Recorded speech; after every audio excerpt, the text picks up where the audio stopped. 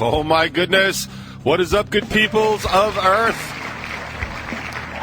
If you are listening to the sound of my voice, congrats. You have made it to yet another Thursday.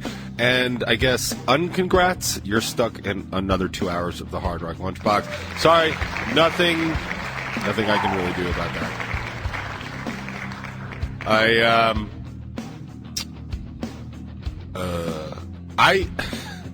I was just sitting here.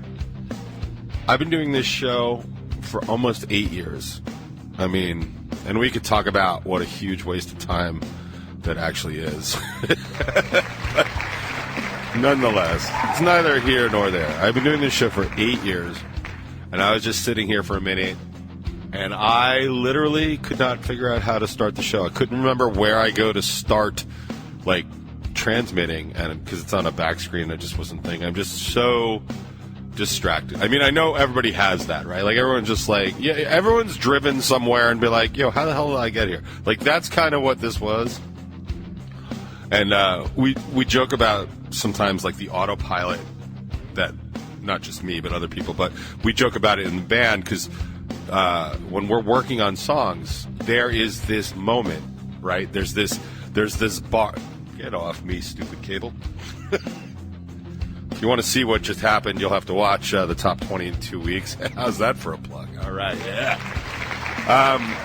But there's this moment, there's this level, this bar, when we're working on new songs in the rehearsal studio, where I know the song well enough to play it, to sing it, and to apparently daydream while doing both of those things.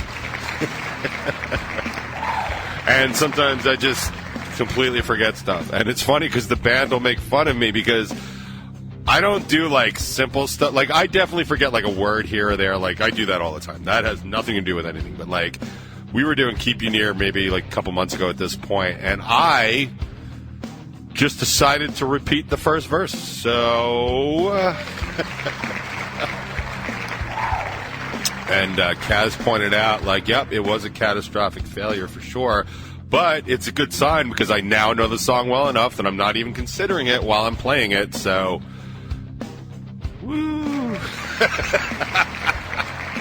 So that just happened here, but kind of on the box. So that's cool.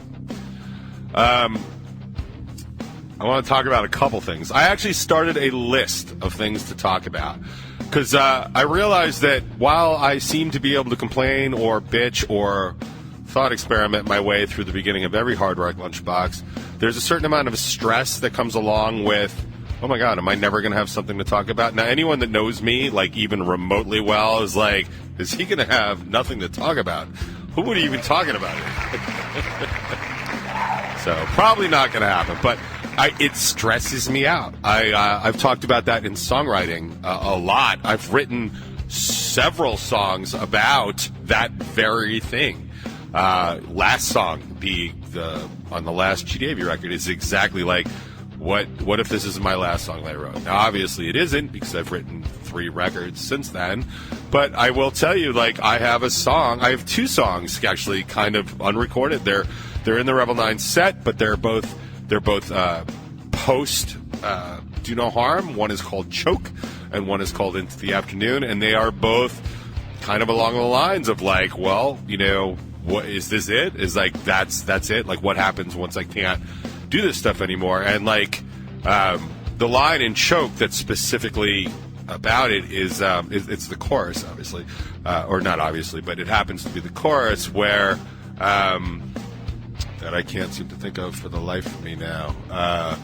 The chorus is basically like, don't be long on your way. Like, hurry up, get out of here. How can you see without all the lights on high all that remains? So basically meaning, like, what are you going to do post this time when you get to be on stage and say what you want to say and sing what you want to sing? And that's, you know, the end of Choke is like, just keep it all in, choke it down, and just go away. That's how the chorus ends. Like, true... You know, feel good Rebel 9 song right there for you to look forward to. Yeah.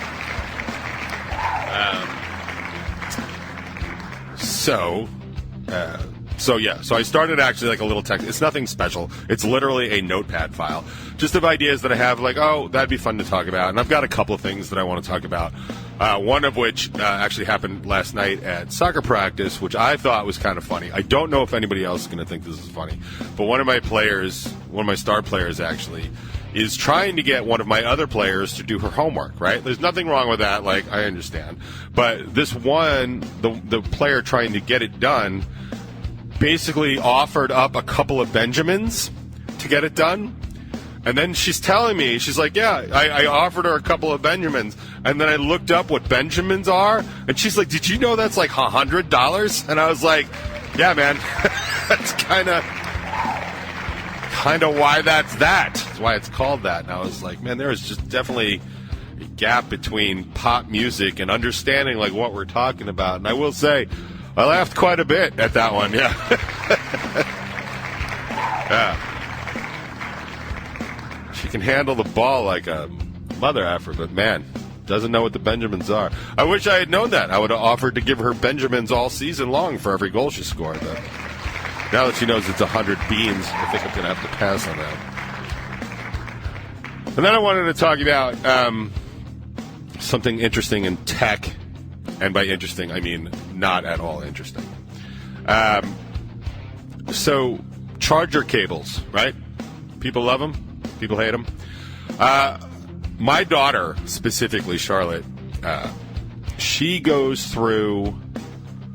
Basically, it works like this. I have a pile of chargers on my desk or behind my desk because Charlotte will blow through those like Kleenex. I don't know what she does. I can only assume she's practicing like rope lasso tricks or whatever. But I know this about her. She knows this about her. So I don't exactly invest money in the really good cables because she's going to break. And she uses them till they die. It's not even like flavor's gone. Like, she'll bring me a cable and it's like hanging by threads. Like fire hazard level. Like... So I don't know what happens. I don't ask. It's a cost of doing business as a dad to a daughter is the way I do that. Yeah, I completely agree. Typical white girl for sure. But I needed a new cable. So I looked into it, and apparently cable technology is doing really well. They're starting to rate cables instead of by like power transmission and all that stuff by the number of right angle bends you can put in it before breaking. And I was like, damn, that is one hell of a statistic. And I will say the new anchor cable I got, just to see what that was all about, is rated for 12,000 right angle bends. It's capped at the ends and stuff, so you can't bend the ends. But in the mid cable, you can bend it 12,000 times without it breaking. 12,001, you are definitely out of luck. But 12,000, and I was like, man, that is really, really impressive. But also, like, that is where we are as a people. Like, we can't even take care of our cables 12,000 times. I mean, like, you shouldn't put 12,000 right angles in a cable for the course of your lifetime. But here we are catering to the least amongst us, like always. And or not like always, like the past 20 years, 40 years, whatever. And it just made me laugh. I will say I did get the cable. It is thicker. If you can see this, it is a little thinner than this microphone cable. But, man, it is, like, you could kill a bitch with this cable. And I don't mean that sexist. That could be a male bitch, female bitch, both. I don't care. Really, just real impressive. I only wanted to point that out because I did not know that was a thing. And if somebody out there is having trouble with, like, the cables because you think it doesn't matter, you buy the $5 cable. I'm just telling you, for like $9, you can get one of these anchor cables, and literally you could probably tow a small car with it. So that's the Hard Rock Lunchbox's Tech Advice Minute. Speaking of other products available to you courtesy of the Hard Rock Lunchbox, the new Top 20 is out today on Stranger Hit TV. You can check it out. It is the much complained and something else about episode involving the vegan cream cheese. I know that was vegan cream cheese gate, as it were. Big news, right? COVID vaccinations, illegitimacy of the presidency, vegan cream cheese, all that kind of stuff, all going on. I did check it out. I watched some of it so I can actually remember what I was talking about so that when I come on air here, I actually can reference it. But all that really stood out, I was talking about being in the chat for the After Hours review, and that was funny.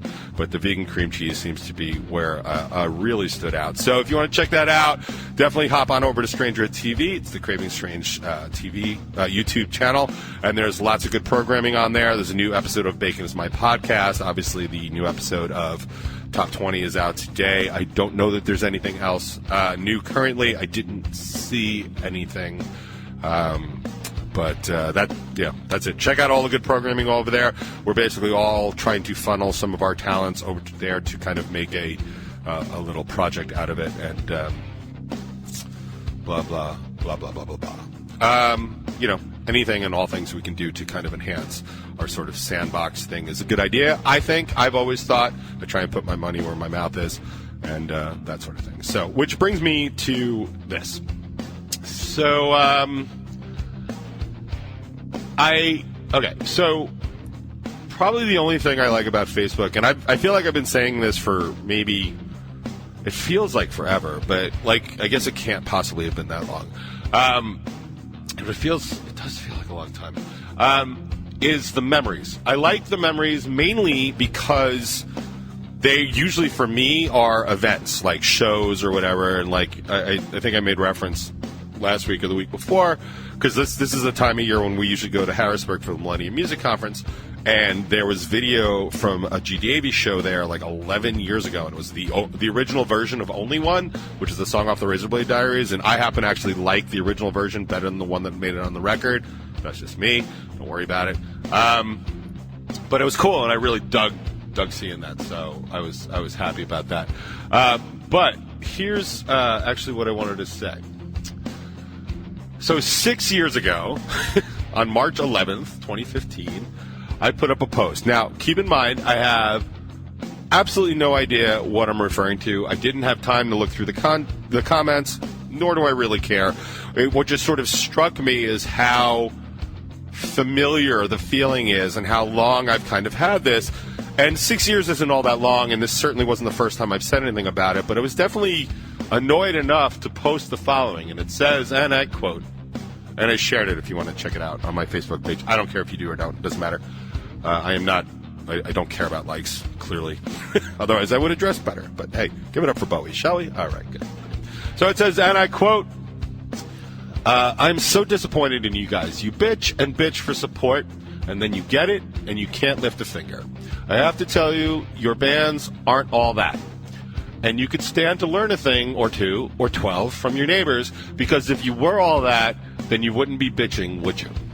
How about you think about the contribution you actually make, and it ain't that one semi-okay song, believe me, and start stepping the F up or go the F home. There are bands right here, better than you, doing more than you, and they deserve more. And even if they never amount to anything, they'll be twice the people you are. Wake up, seriously. Sincerely, with love and kisses, DJ from Facebook. I made up that last one.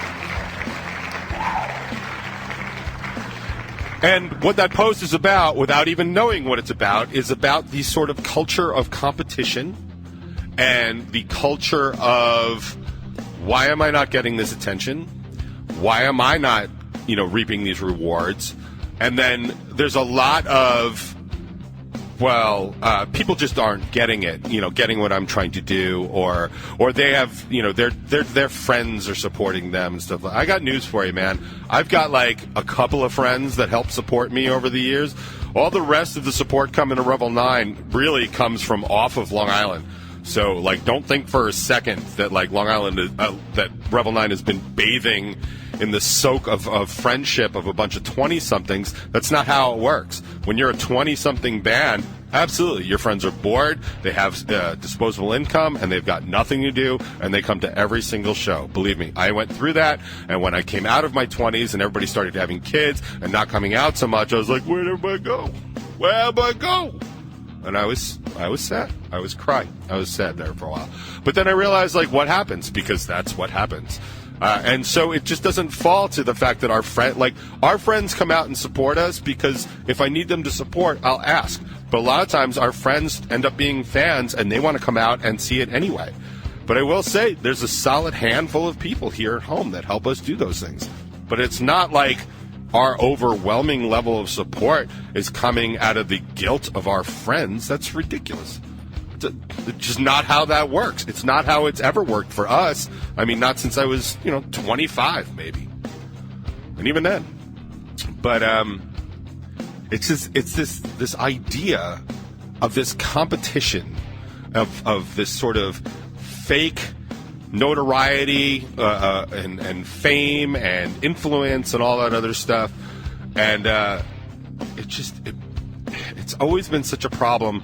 And I will say that it always seems to bother people. It always seems to bother all the people involved, but it bothers the people that are doing it just as much as the people that aren't doing it. But the people that aren't doing it are like, dude, what are you talking about? You keep doing this. And if it sounds abstract and vague, it's because I'm not talking about anything specific. I'm just talking about weird phenomenon where people just sort of puff themselves up like peacocks to make themselves look bigger. But the reality is, like, if you're not bigger, you're not bigger. And a lot of that tends to come from the quality of what you're putting out there. I mean, okay, here's an example. And this one made me actually laugh out loud. So, the Millennium Music Conference is something that we would go to pretty much every year. It's a nice conference. It's in the Northeast, so I get to see a lot of bands I don't usually get to see all the time.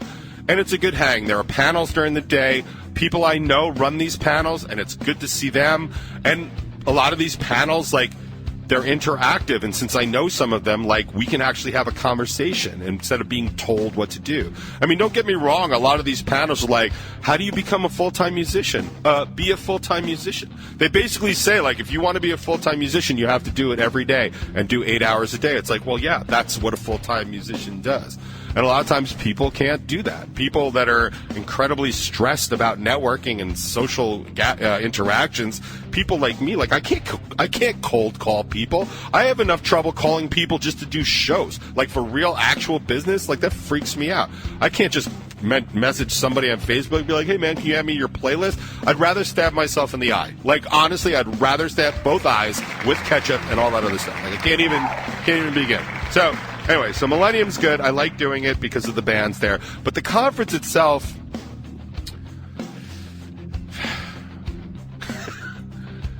they take a lot of credit for a lot of things that I don't think they should take credit for. And, but, that's kind of me. Like, I see, like, where things could be better. And I don't think that anything really showed that until as well as this year. And both, not both, but Jackknife Stiletto and Bad Mary and Rebel 9 were all scheduled to do a live stream. It was a pre-recorded live stream, which I understand. Like, it's a technological problem to try and host this stream and stuff like that. But so we were all supposed to be on the same stream. It was the Saturday night stage at XL Harrisburg or whatever. And, it was going to go on at 7 o'clock, and it was going to stream through. Jackknife was early. Bad Mary was kind of after them, and then we were later. So we basically got what would have been an amazing slot in a real show, which actually translates to a shit slot in a virtual show, because by 11 o'clock, people are just kind of like, I'm out. So it didn't really matter. It was nice to be included, so I was happy about that. But the reality of it is, when they went to go run this thing, they couldn't get it to work. They had done it the night before on the different Facebook and YouTube pages, but they went to run Saturday night, and it did not work. Technical issues. They moved it over to YouTube, and I think it ended up going live around like 9:30, 10 o'clock. Annie and I were having a great time laughing about this, talking about the panel we should host about how to actually put on a live stream, and we get Mike Wayman to do it because he put on the virtual live stream for the Thanksgiving Eve show without a hitch. Like, one time out, boom, nailed it. And this is like a major conference. Like, this is Millennium Music Conference 25, something like 1,000 bands or whatever, like, registered and part of, like, just a lot of stuff. And they couldn't do the one thing that every single band has learned how to do this year, which is put on a live stream, which is pretty funny. Anyway, I'm digressing, and I'm taking too long, and I'm sorry. This will be an excellent episode of the Top 25, the new show from the Hard Rock Lunchbox. What I want to say is that, so they did all that, and they failed at all this other stuff. But what they did this week, just really, like, this is the part that made me laugh. So they send out, like, a post or an email or whatever congratulating one of the performers for hitting 2,000 views. Their performance hit 2,000 views on the Millennium stream, the Millennium page. And I was like, that's weird. Especially since most of the streams were a collection of bands, like the stream that we were on is sorry, I'm looking at it, is a 2 hour and 54 minute stream. That has 173 views. That is the second most viewed thing, third most viewed thing on the entire Millennium Music Conference channel. Now that I believe because there's 10 to 20 bands on it, and even if, I don't know, a few people from each band checked it out to even, like me, make sure that it worked, that's a view. I also checked out a couple of the other bands, not only Jackknife and Bad Mary because I know them, but a couple of the other bands were performing. But so there's one dude, he's got like over 2,000, he's got over 2,000, 2,500 now. And when I tell you that everything else on here is like 27, 37, dude, they have Hailstorm. Like, Lizzie Hale is on here. Hailstorm, I'm Not an Angel, acoustic from Millennium Music Conference 15. It has 41 views. Everybody knows how I feel about Lizzie Hale and Hailstorm. Not my favorite band, but I definitely recognize that she's kind of a big deal. Her band's kind of a big deal. Every now and then she throws out a really good performance and a good song, and she's managed to get 41 views, which means I guess she should be kicked off of either Survivor Island or American Idol. I don't know, because my shit's got 173 views, so I'll see you next week. But this dude, this video, got 2.5 thousand views, and, wait for it, one comment. And it's not even like an over-the-top comment, man. It's really enjoyed. 2,590 views. One dude really enjoyed it. Now, I'm a huge a-hole, absolutely, from time to time. And I am sorry about that. I do try and apologize when I do that sort of thing. But I have got to tell you, if you think you are fooling me for half a second, or anybody else, you are completely out of your mind. And the simple fact that Millennium actually put a post out about it just degrades the value of what their opinion is and what they're trying to sell. And I don't understand why people do this. I want to know, like, what that matters. What that matters. Like, what difference does that make? 2,500 views on a nowhere channel. Like, I understand if you're competing against, like, Jay-Z and stuff like that. Like, I really do. Like, okay, fine. That's the game. If everyone else is doing it, fine. If no one else is doing it, what are you doing? Like, what are you doing? Little Sebastian Maniscalco. Pisses me off. And it pisses a lot of people off, especially the people that know better. Because the people that don't know better look like, oh my God, he's got to be really a big deal. Let's check that out. That's not how it works. You're being lied to. You're being manipulated. And the people that don't manipulate that really try and give you straight away. I have my own problems with some of the inflation that goes on with like some of the Rebel 9 stuff, and I'm going to talk about that after I get through a couple of songs, because this really is going on way too long, and it was not my intention at all. So I want to apologize about that. And we have lots of stuff to talk about in the chat and all that other stuff. But I did want to point out, like, it's not going unnoticed.